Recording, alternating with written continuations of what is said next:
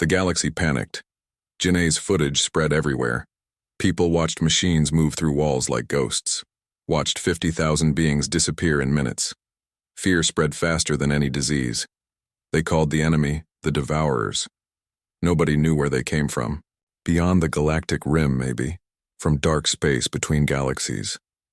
What mattered was they were here, and they were hungry. More colonies went dark. The Devourers were spreading, fast. The Galactic Defense Council tried to organize a response, but they moved too slowly. They held meetings. They debated strategy. They argued about jurisdiction. While they talked, people died. Elder Mi-Ra appeared before the emergency council session. Her old face filled every screen in civilized space. She spoke with quiet strength that cut through the panic. "We have faced extinction before," she said. "We know how to survive when survival seems impossible. You must stop defending everything. You can't. Pick your battles. Fortify key worlds. Let the Devourers overextend, then strike." Many species were horrified. Abandon colonies? Let people die? It was unthinkable, but others listened. Humanity had survived by thinking differently. Maybe that was what the galaxy needed now. Tay Bin worked without sleep. His workshop became a war factory. He studied every scrap of data about the Devourers. How they moved, how they communicated, how they attacked. There had to be a weakness. "They're machines," he muttered to himself. "Machines follow rules, programs. If we can understand the rules, we can break them." Dr. Hyundai and Velkara joined him. The three of them worked day and night. Velkara's crystalline mind processed patterns faster than any computer. Hyundai's knowledge of biology helped them understand how the Devourers absorbed organic matter. Tai Bin's engineering genius found ways to weaponize their discoveries. "Look at this," Velkara said one night. Her light pulsed red with excitement or fear, nobody was sure. They're networked, all of them connected to a central command system, like a hive mind, but mechanical. "So if we find the command node," Hyundai said slowly, "and shut it down." They all stop. Tai Bin finished. His eyes were bright despite exhaustion. "But how do we find it? And how do we get close enough to destroy it?" Meanwhile, Jin A had taken command of the defense forces in her sector. The Galactic Defense Council finally gave her authority. Not because they believed in her, but because they were desperate. She was the only one with a plan. Her tactics were strange to other species. Instead of big fleet battles, she used small strike teams. Hit and run, attack where they weren't expected, retreat before they could respond. Human guerrilla warfare adapted for space. It worked. Her sector had the lowest casualties. The Devourers couldn't adapt to her unpredictable attacks. Other commanders started copying her methods. Slowly, the tide began to turn. But the Devourers were learning too. They adapted, got smarter, started predicting human tactics. The war dragged on for months. Resources ran low. People grew tired. Fear turned to despair. Then Tai Bin made his breakthrough.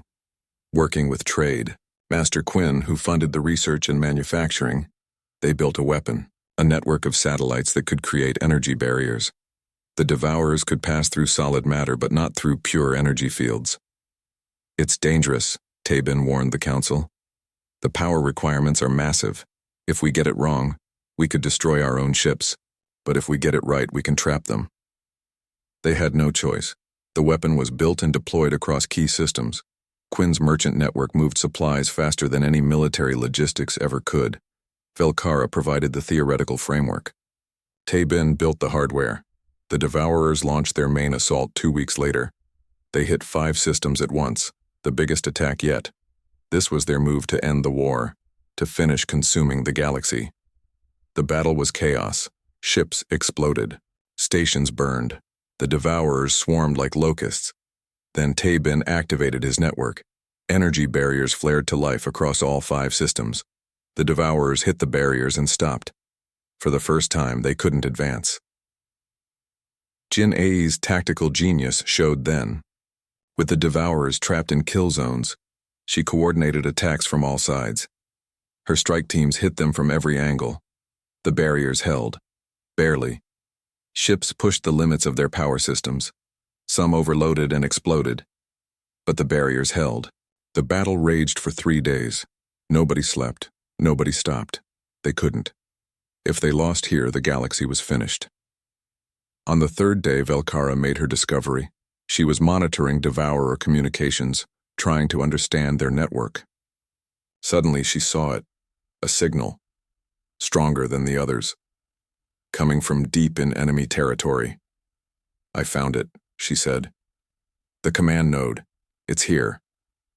She sent the coordinates. The location was bad. Very bad. Deep behind enemy lines. Surrounded by thousands of Devourer units. Getting there would be suicide. Getting out would be impossible. Jin A didn't hesitate. "Resilience crew, prepare for launch. We're going in." "I'm coming with you," Hyundai said. "You'll need someone to interface with the node. Shut it down properly." "Me too," Velkara said. Her voice was firm. "My knowledge of their systems is essential, and I owe humanity this. You declared yourselves alive when I said you were dead. Now I'll help keep you that way." Commander Thorne joined them. So did a crew of volunteers from a dozen species. They all knew the odds. They all came anyway.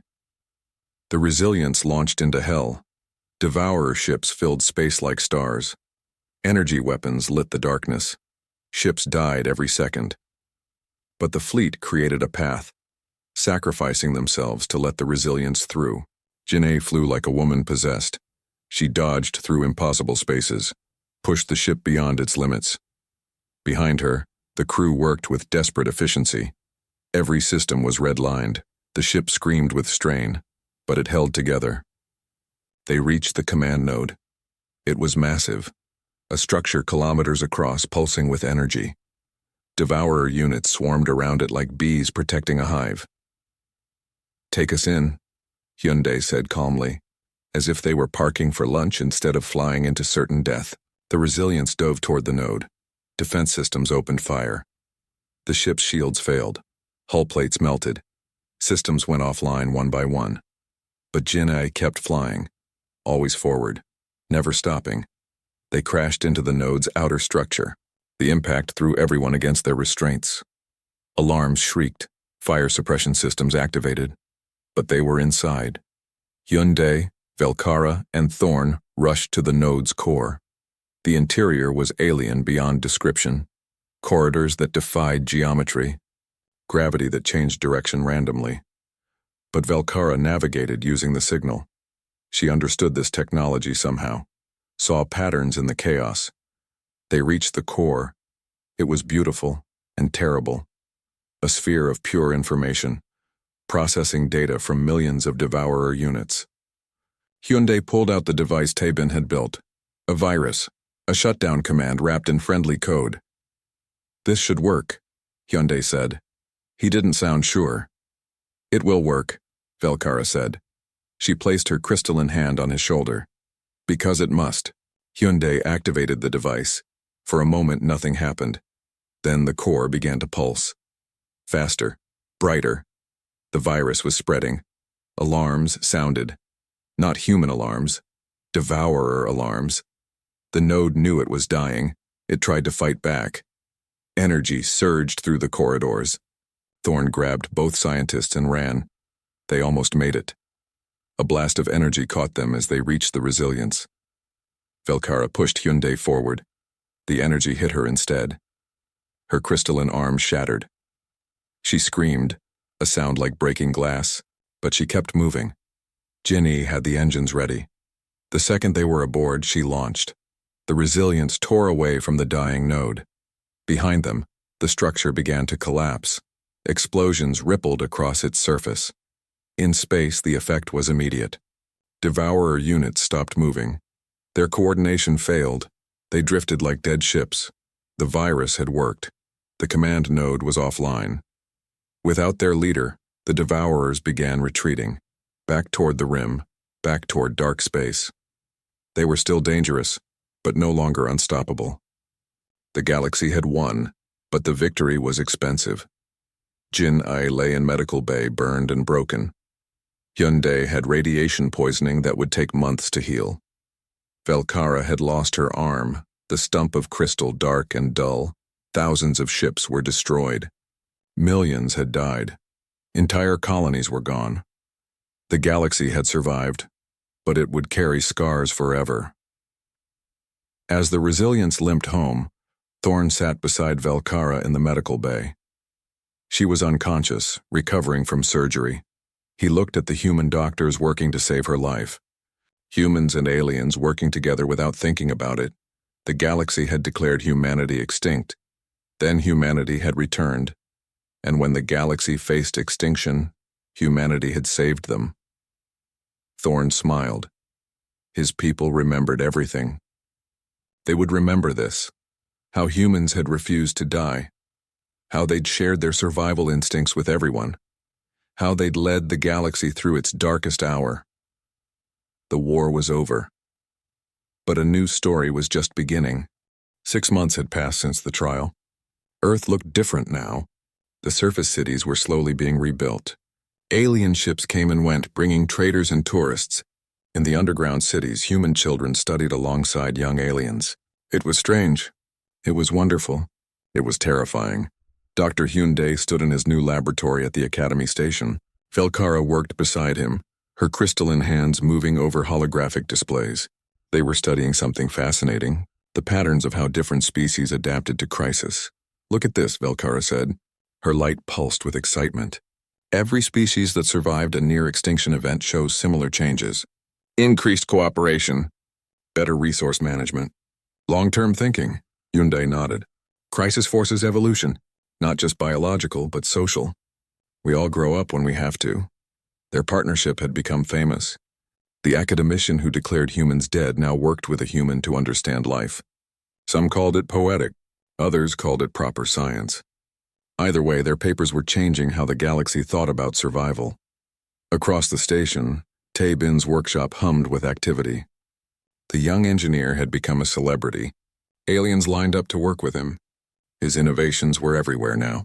Ships flew faster. Stations used less power. Communication was clearer. Trademaster Quinn handled the business side. The Helian merchant had become very rich. So had humanity. Their partnership was the talk of the merchant guilds. Quinn's 6 arms moved constantly, signing contracts, making deals, building an empire. Your people are gold, Quinn told Tae-bin. Absolute gold. Every week someone invents something new. Do you ever sleep? Tae-bin grinned. Sleep is for people without good ideas. But success made enemies. Not everyone was happy about humanity's return. Some species felt threatened. Others were jealous. And a few had lost money when the coalition was forced to leave Earth's sector. On Earth, Elder Mi-Ra welcomed a delegation of alien ambassadors. They came from all over the galaxy. Some were curious. Some were nervous. All were amazed by what they saw. The underground city of New Sol stretched for kilometers. Trees grew tall under lights that mimicked the sun. Rivers flowed through parks where humans and aliens walked together. Buildings rose up in graceful curves built into the cavern walls. This is incredible, said a Vortai ambassador, her gaseous form swirling in her containment suit. You built all this while hiding?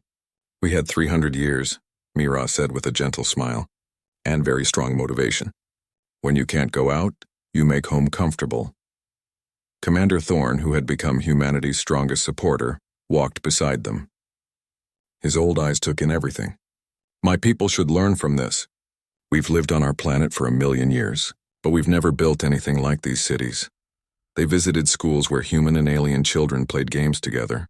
They saw factories where mixed teams built new technology. They ate in restaurants serving food from 100 worlds. Earth was becoming the meeting place of cultures, but not everything was perfect. There were misunderstandings. A Hellion merchant accidentally insulted a human by refusing to shake hands. Humans thought direct eye contact was polite. Many aliens found it aggressive. These small problems happened every day. Mi-Ra handled each issue with patience. We're learning, she told frustrated humans. They're learning. Give it time. Meanwhile, Captain Jin A had taken a position with the Galactic Defense Council. She was humanity's military representative. Most days she sat in meetings that moved slower than glaciers. But she was good at her job, patient, observant, smart. One day, while reviewing security reports, she noticed something odd. Ships were disappearing in the outer rim. Not many, just a few. But there was a pattern. She pulled up more data. 3 ships here, 2 there. One vanished near a nebula, another near an asteroid field. Different species, different ship types, but all in the same general region. Janae's military training kicked in. She saw patterns others missed. It was a human thing. Evolution had made them good at seeing connections, at predicting danger. It had kept them alive on a dangerous planet. She brought her findings to the Defense Council. The admiral in charge, a being called Voreth with too many tentacles to count, looked at her data.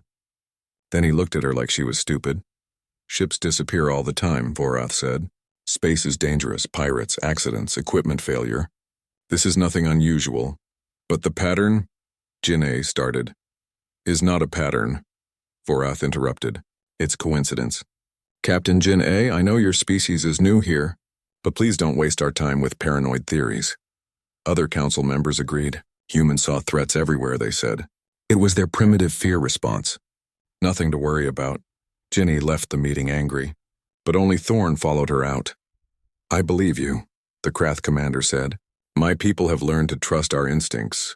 Yours are telling you something is wrong. What do you need? Jin-A showed him her analysis.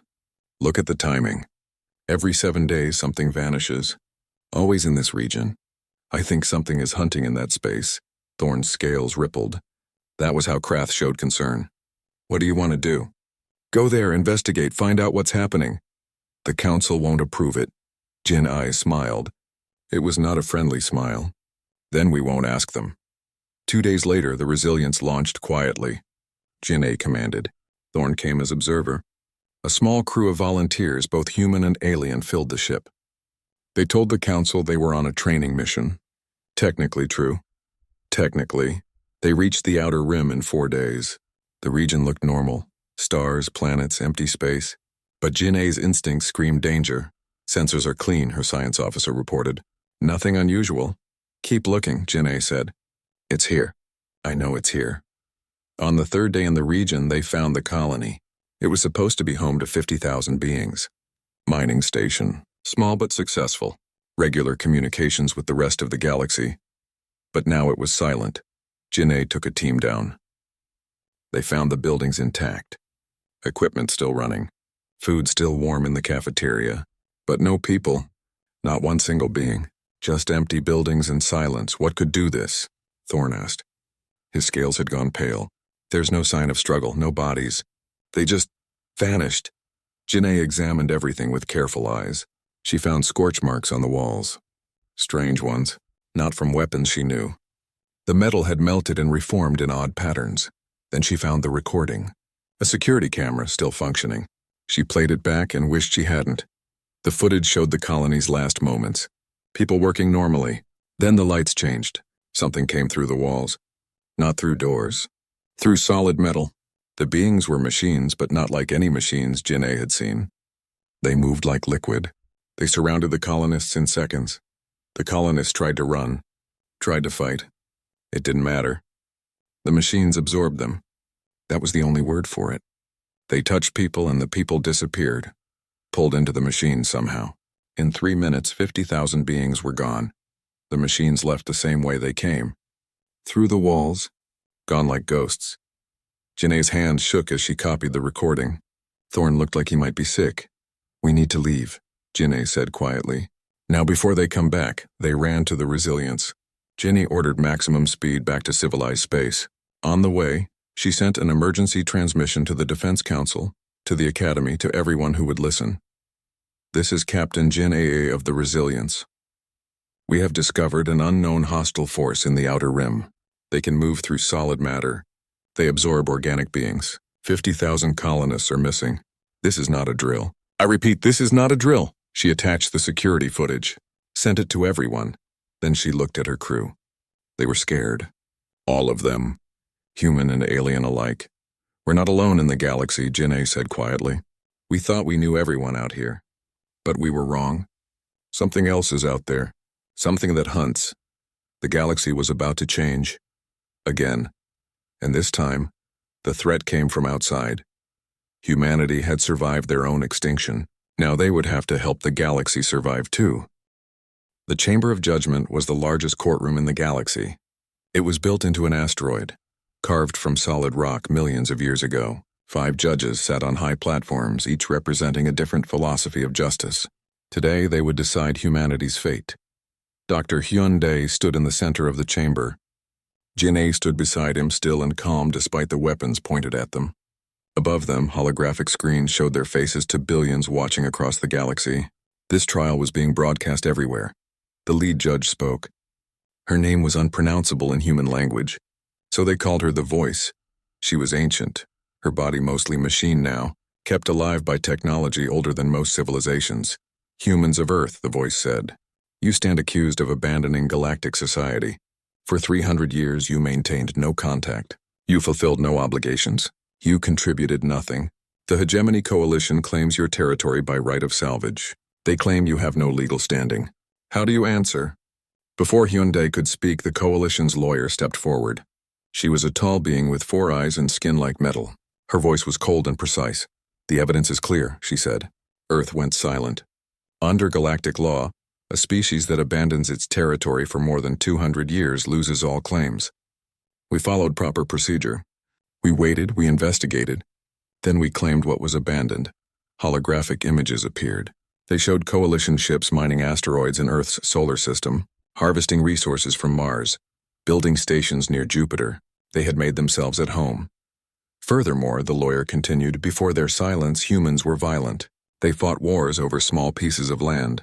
They destroyed their own planet. They nearly attacked peaceful traders.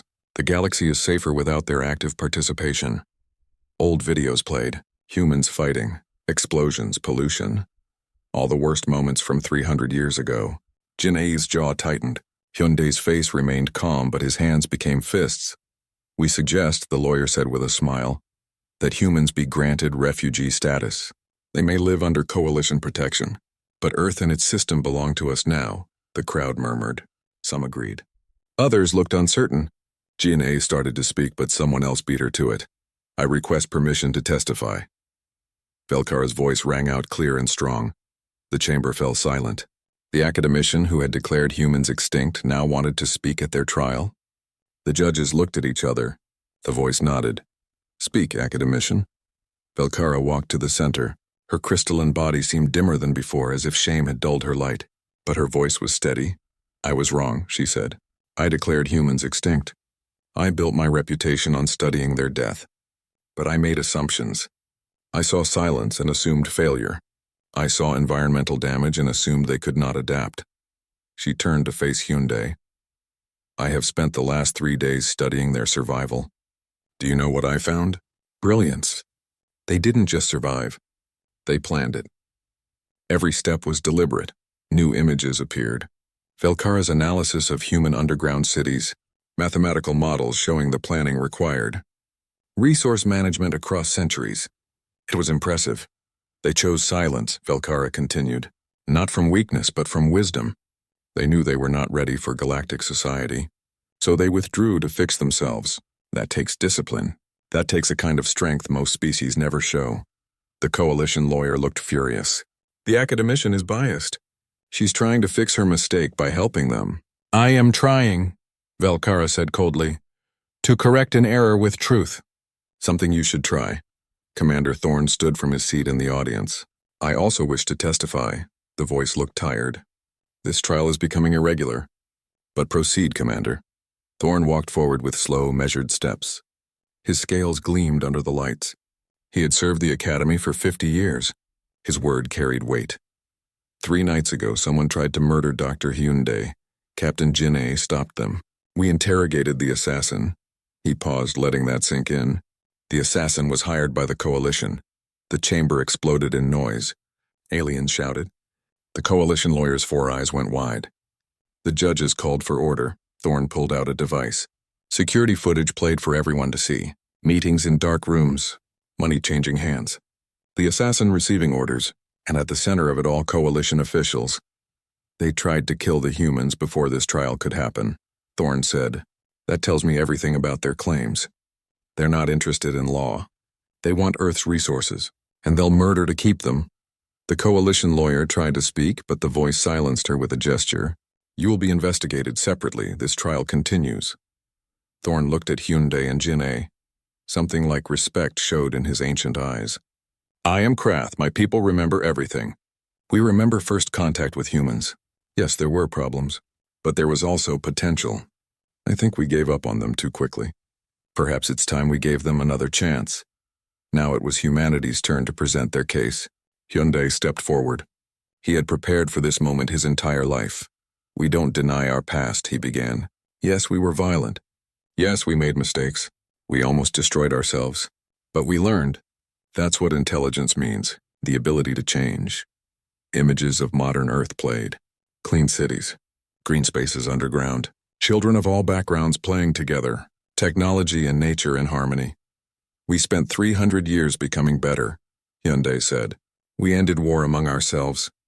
We learned to live within our means. We developed technology without destroying our environment. We grew up, Jin'ei spoke next. We also developed new capabilities. Our military doctrine focuses on defense and precision. Our faster-than-light technology is more efficient than current standards. Our resource management systems could help other species facing environmental crisis. Tae Bin appeared again as a hologram. He looked even more excited than before. I've been working with some Academy engineers. They're amazing. We've already designed 3 new systems together. Humans think differently than other species. We see patterns you miss. You see solutions we never considered. Together we could do incredible things. His enthusiasm was infectious. Even some of the judges smiled. Finally, Elder Mira appeared via hologram. The entire galaxy saw her for the first time. She looked small and old, but her presence filled the chamber. I led humanity through our darkest times, she said quietly. I remember the wars, the pollution, the fear. I also remember the decision to go silent. It was the hardest choice we ever made. To admit we needed to change. To accept we weren't ready. She paused, looking directly at the judges. We didn't abandon you. We went away to become worthy of you. Now we've returned. Not to take, but to give. Not to demand, but to offer. Judge us not by who we were, but by who we've become. The chamber was quiet for a long moment. Then the voice spoke. The judges will deliberate. This trial is in recess. Hours passed. Hyundai and Jin'ei waited in a small room. They didn't speak much. There was nothing left to say. Either the galaxy would accept them or it wouldn't. Velkara visited them. She brought water and food. That was a good speech, she said to Hyundai. True and strong. Thank you, Hyundai said. And thank you for speaking for us. That took courage. Velkara's light flickered. It took honesty. I was wrong. Science must acknowledge mistakes. She paused. If you win, I would like to study with you. Learn about human adaptation. If you'll have me, Hyundai smiled. I would be honored. Finally, they were called back. The chamber was packed. Every species wanted to see the verdict. The voice looked down at them. We have decided. The humans have proven their survival through deliberate choice and planning. They have shown growth and change. They have demonstrated unique value to galactic society. Hyundai held his breath. Therefore, we grant humanity provisional status. They have 1 galactic standard year to prove they can contribute to our civilization. Earth and its solar system are returned to human control. The Hegemony Coalition must withdraw and will be investigated for attempted murder. It wasn't complete victory, but it was enough. Jin'ei let out a breath she didn't know she'd been holding. Hyundai closed his eyes in relief. Humanity had 1 year to prove themselves, 1 year to show they deserved their place among the stars. The trial was over. The real test was just beginning. The airlock opened with a soft hiss. Dr. Hyundai stepped onto the Academy station. He was the first human to walk on alien ground in 300 years. His boots touched the metal floor. Behind him, Captain Jin'ei followed, her hand resting near her weapon. Not threatening, just careful. The docking bay was silent. Hundreds of station security forces surrounded them. The aliens held strange weapons that glowed with energy. Some were tall, some were short. Some walked on 2 legs, others on 4 or 6. They all stared at the humans with wide eyes. A security commander stepped forward. He was a Krath, with scales that shimmered green and gold. His name was Thorn. He spoke carefully, as if talking to ghosts. You claim to be human. Humans are extinct. This is impossible. Hyundai smiled. Impossible is just something that hasn't happened yet. We're here. We're real. And we have much to talk about. Jin A pulled out a small device.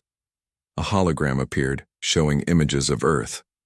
Not the dead planet from Velkara's presentation. This Earth was alive.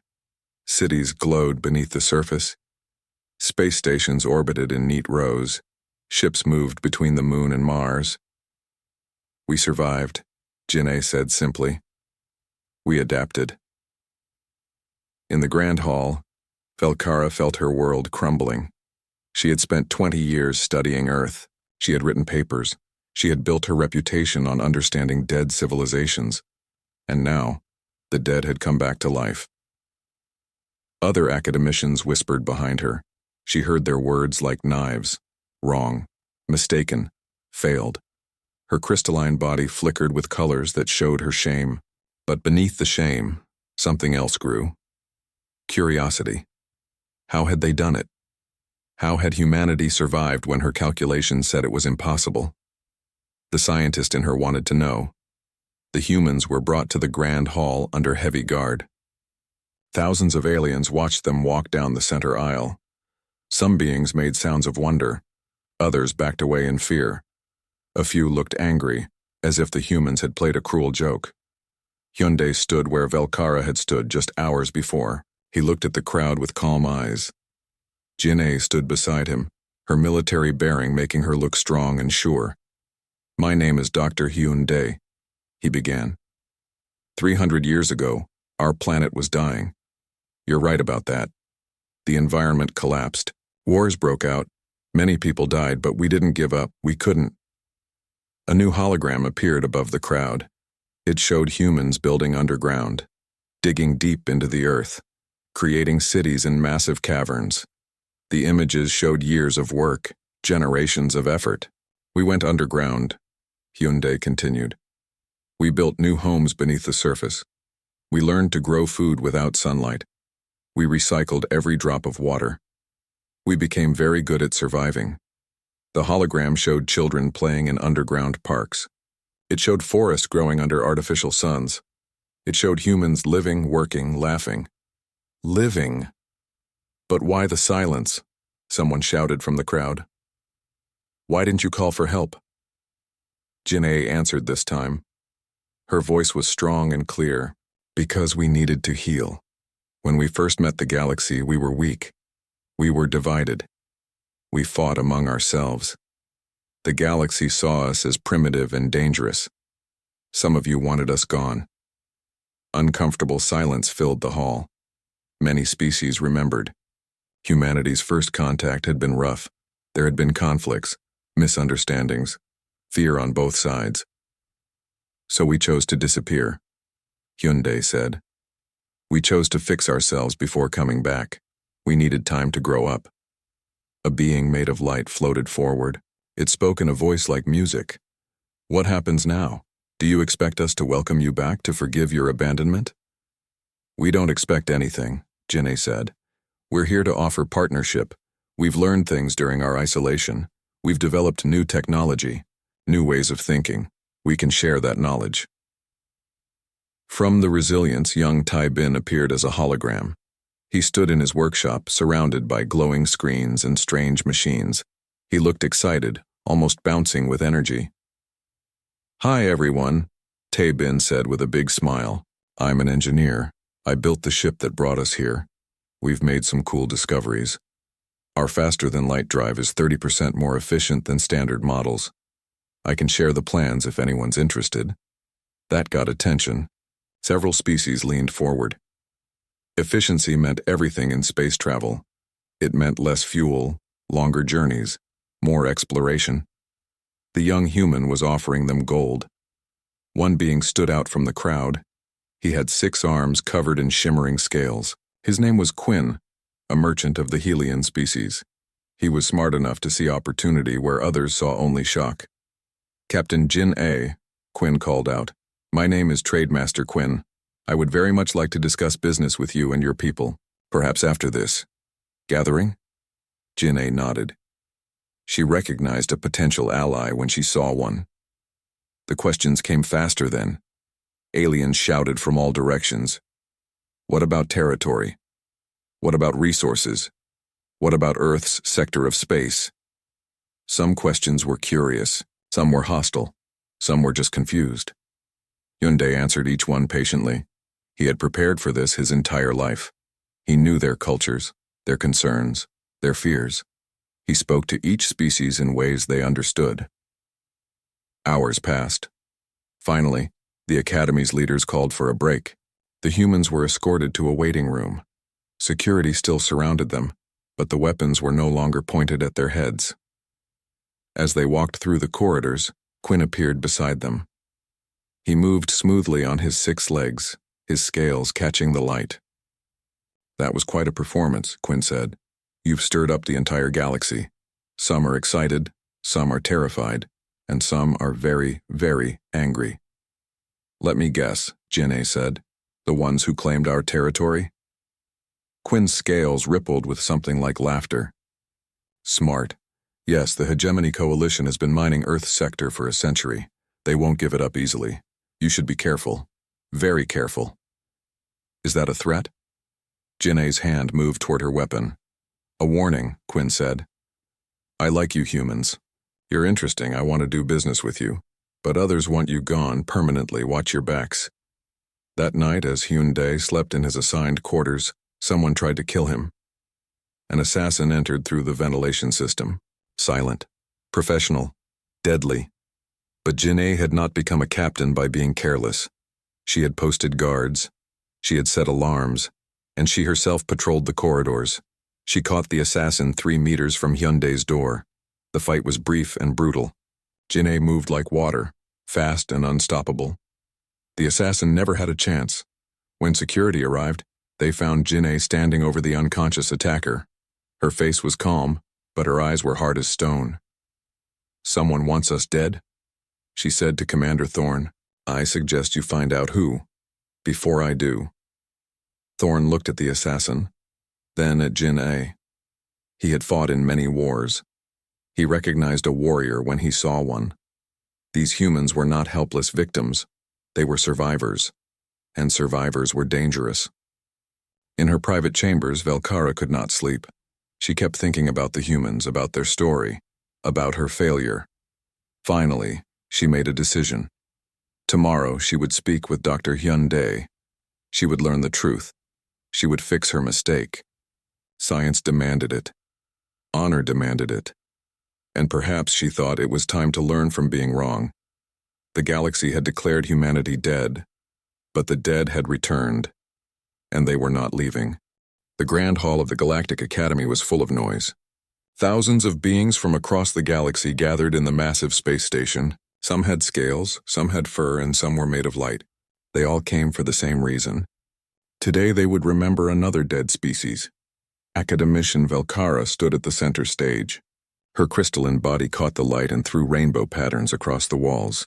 She was nervous, though her kind did not show emotion the way others did. This was her biggest presentation. Years of research had led to this moment. The lights dimmed. A hologram appeared above the crowd.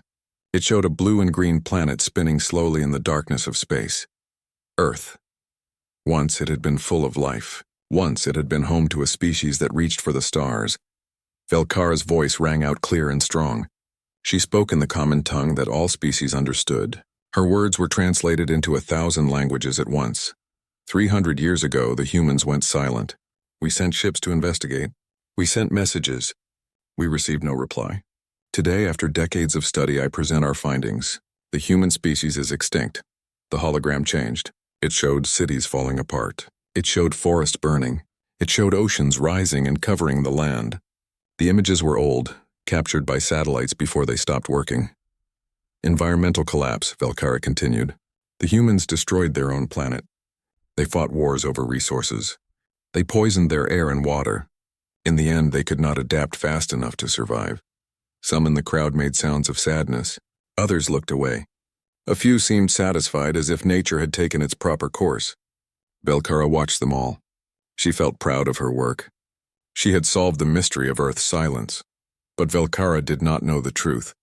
Far away, beyond the reach of the Academy's sensors, something impossible was happening. Deep beneath Earth's surface, millions of humans lived in underground cities. The cities were beautiful. Trees grew under artificial sunlight. Rivers flowed through parks built inside massive caverns. Children played in gardens that had never seen the real sky. Elder Mira stood in the council chamber, her hands folded behind her back. She was very old, over 120 years. Her face was lined with age, but her eyes were sharp and clear. She had led humanity through its darkest time. The question remains, she said to the other council members. Do we reveal ourselves? Do we tell the galaxy we survived? The council argued. Some said it was time. Humanity had rebuilt. They had new technology. They had learned from their mistakes. Others said it was too soon.